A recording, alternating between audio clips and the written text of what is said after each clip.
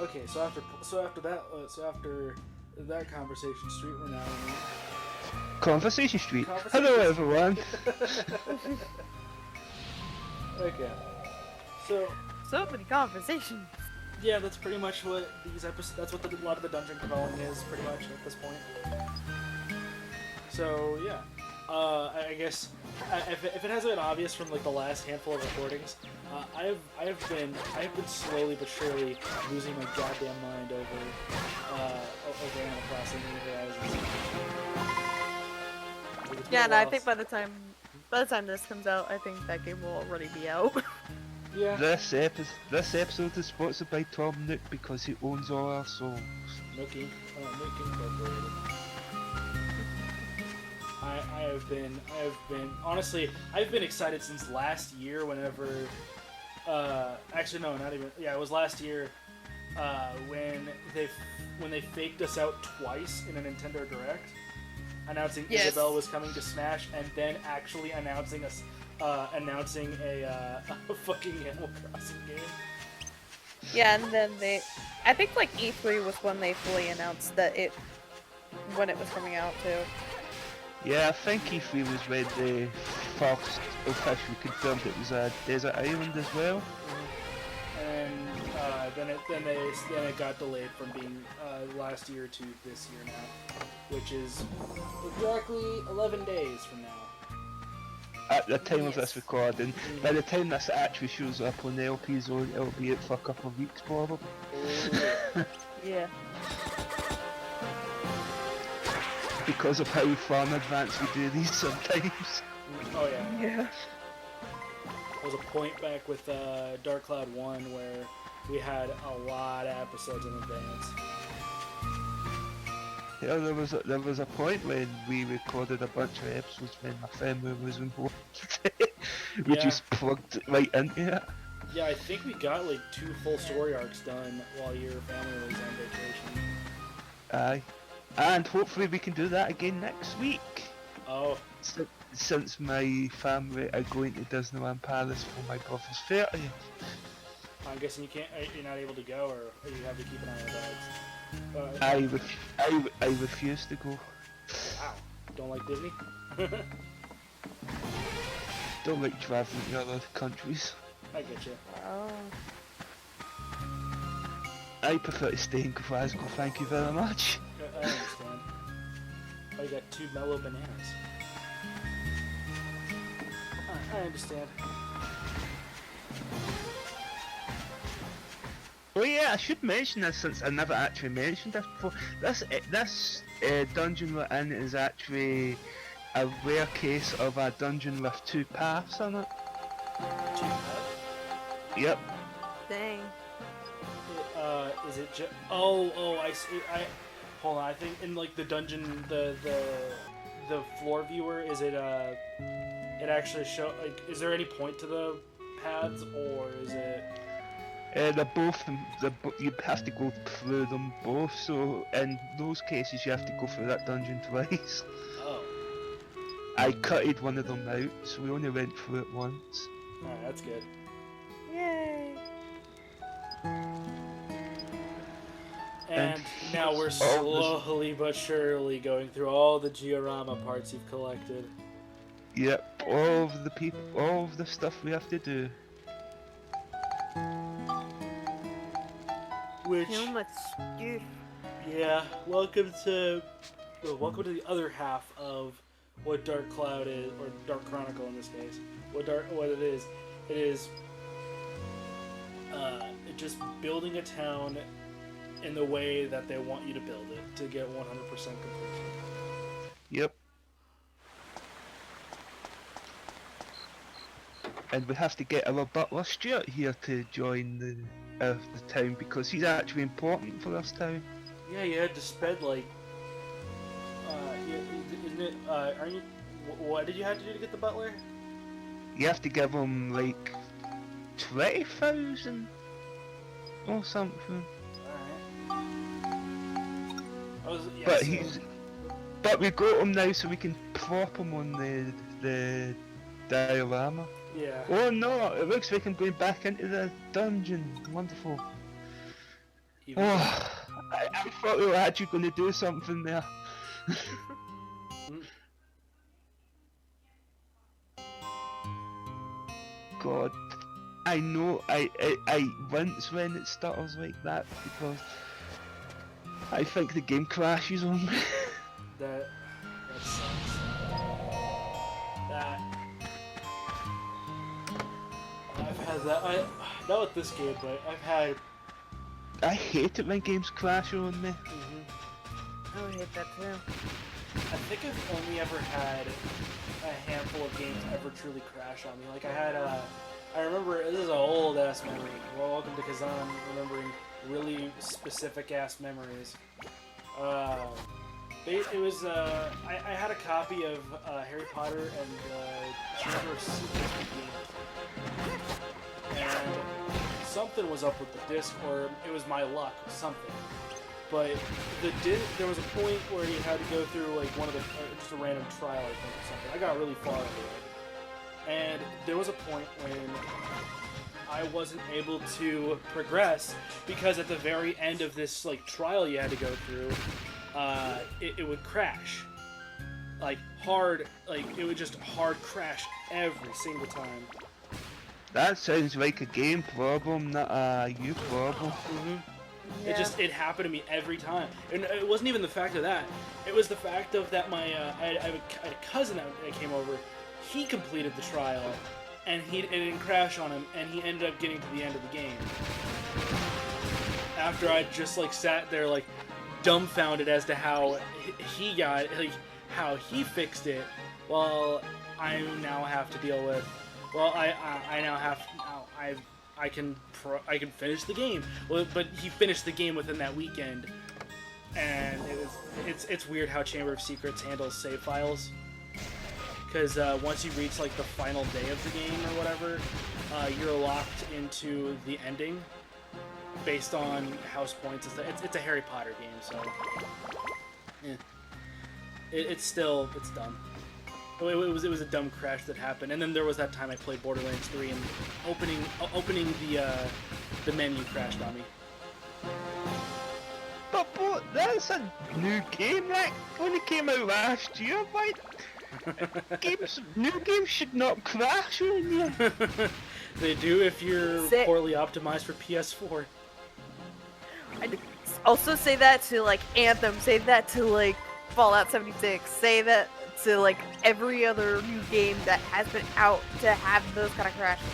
To be fair, Anthem and Fallout 76 are pieces of shit. Yeah, Borderlands 3 is a really good game, but hot damn is it not optimized at all for PS4. Is it more optimized for like PC? You might as well just play it on PC. It runs like ass on even a PS4 Pro, which I have. I have like everything set perfectly to have it run as smoothly as possible, and the UI still runs like ass. Like that is insane. Yeah, it's ridiculous. Like there are times when pieces of the UI don't load in until 5 minutes after the game has already been fully loaded in. Like there are just pieces of the UI that I have to like pause the game and unpause it for them to reappear. Like there's a lot of really dumb things that Borderlands 3 on console. Like a lot of these problems are 100% alleviated on PC, but damn, like on a PS4 Pro. That is just nuts because the PS4 Pro is actually better than the I would imagine like PS4 Vanilla having more issues compared to that. You'd think, but no. And a lot of people went, if I remember correctly, a lot of people went console because a lot of the, because Epic Games Store until, I don't know when they are put it on Steam. Next week. Next week? Yeah, it was announced that PAX East, Borderlands 3 is coming out on Steam on 13th. Okay.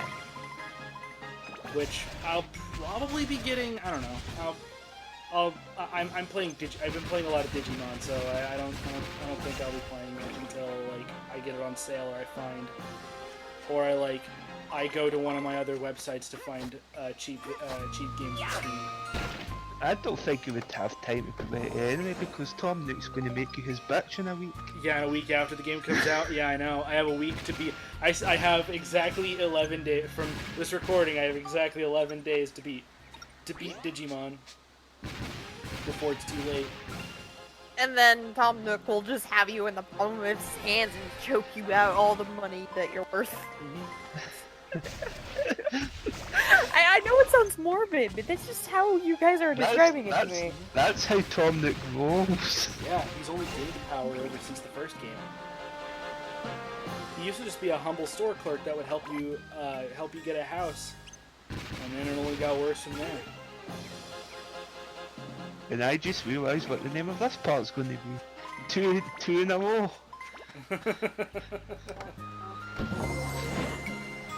But okay, the one thing I am trying to understand, especially with this part, because let's face it, the dungeon crawling is completely boring for this game. Yep. That's why Conversation Street exists. Yep. Yeah, and another thing too is the fact that that game is competing with Doom. And I have a feeling they're both gonna succeed no matter what. Well, it's not even competing. It's a joke now that they're best buddies. I've seen all the memes on Twitter. Yeah, the meme, the Isabel Doom guy memes are great. Oh no, I've seen a pretty great one that was like 4 anime girls ordering Doom Eternal while meanwhile Jotaro, it was Jotaro, Goblin Slayer, Guts, and Kenshiro all ordering. He was like, "Hello, we'd like a copy of Animal Crossing New Horizons."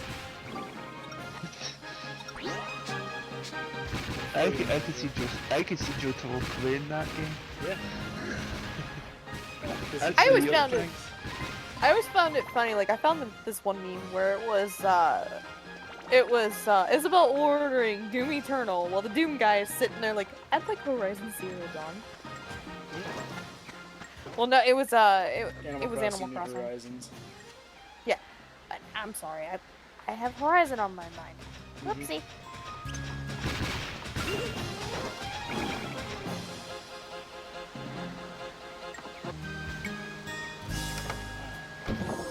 But yeah, so I've just been like I said, I've just been on this YouTube binge of everything Animal Crossing.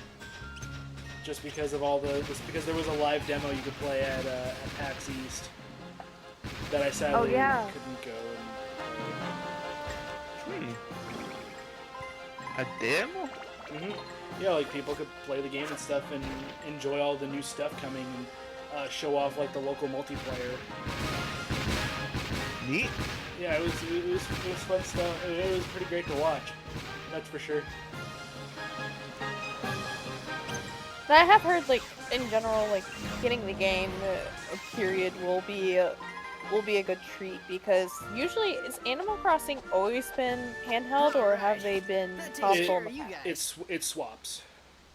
It swaps. I know there was one on the GameCube. It was the original. The first game, the first Animal Crossing came out on the Nintendo 64 in Japan only. Then it came out for GameCube for us. Then there was Animal Crossing Wild World for DS. Then there was City Folk for the Wii, and then New Leaf for 3DS, and now New Horizons on the Switch. And that's not including all the spin-offs. Yeah. Now I did play Animal Crossing Pocket Adventure, and I got bored after a little while. Pocket Camp is just a boring game. Yeah. It's not really much to do. It's just a mobile. Actually, I think it also has gacha mechanics. Yes, it does, but not as invasive as like say like Opera Omnia or. We should have done that when we were doing the sponsored by joke. Oh yeah, like just any gacha game ever because I just don't like gachas. There's some gachas I like because of story and everything else, but there are just some I could tell they're predatory, and I'm just sitting there like, yeah, no, I ain't playing your game anymore. I mean, technically speaking, all gachas are predatory. They all want you to spend money on them so that to get the most out of them. At least with like Yakuza, man, how you are having like every single chest has been a poison chest, my man. Yeah, I know. Yeah, like Yakuza has gacha machines, but at least like that doesn't cost like real money to spend. You just have like your own yen to get yourself like little Sega related accessories. Judgment had them too. Oh, Judgment has them too. Yeah. No, speaking of Judgment, is Judgment a good game to get if you've never played Yakuza? Well, it's not meant to be Yes. a Yakuza game. It's set in the same city as Yakuza, but there was nothing that you need to know about Yakuza to play Judgment. Yeah. It's not meant to be. It's not meant to be a Yakuza game. It's just a game. It's a spin-off. It's a game set in the same city, but other than that, there's nothing that you need to know about Yakuza to enjoy Judgment. Did you get a new gun? That's the Jurak gun. Oh, okay. It shoots lasers. I don't know why a wooden gun shoots lasers, but it does. I mean, that's fine. But yeah, I mean, Judgment looks cool because there are like I've seen what it is. I just haven't bought it. It's great. But to be fair, I might be a bit biased because all the Yakuza games are great. Yeah, oh yeah. The entire Yakuza series is awesome. Yeah, I heard like Yakuza has been really good gameplay wise, and it's just one of those ones where you could just do a whole bunch of stuff all at once. Well, it's more of just it's fucking batshit. It's like it's a serious story that is also batshit crazy in terms of like in Yakuza 2 you kick a tiger in the face. Or yeah, Kiwami 2 technically, but still, you kick a tiger straight in the face. It's like Oh yeah, that was, and that the weird thing about that one, actually part of the main story. Usually the goofy shit is the side stories. yeah. Oh, you mean like helping Miracle Johnson walk down a street full of zombies?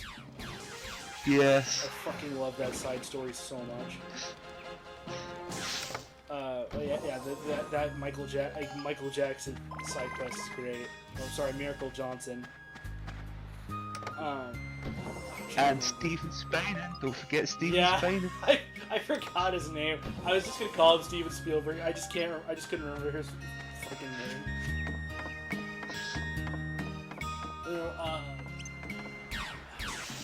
and then I'm trying to remember. Princess of the North Star: Lost Paradise. That is literally a game specifically.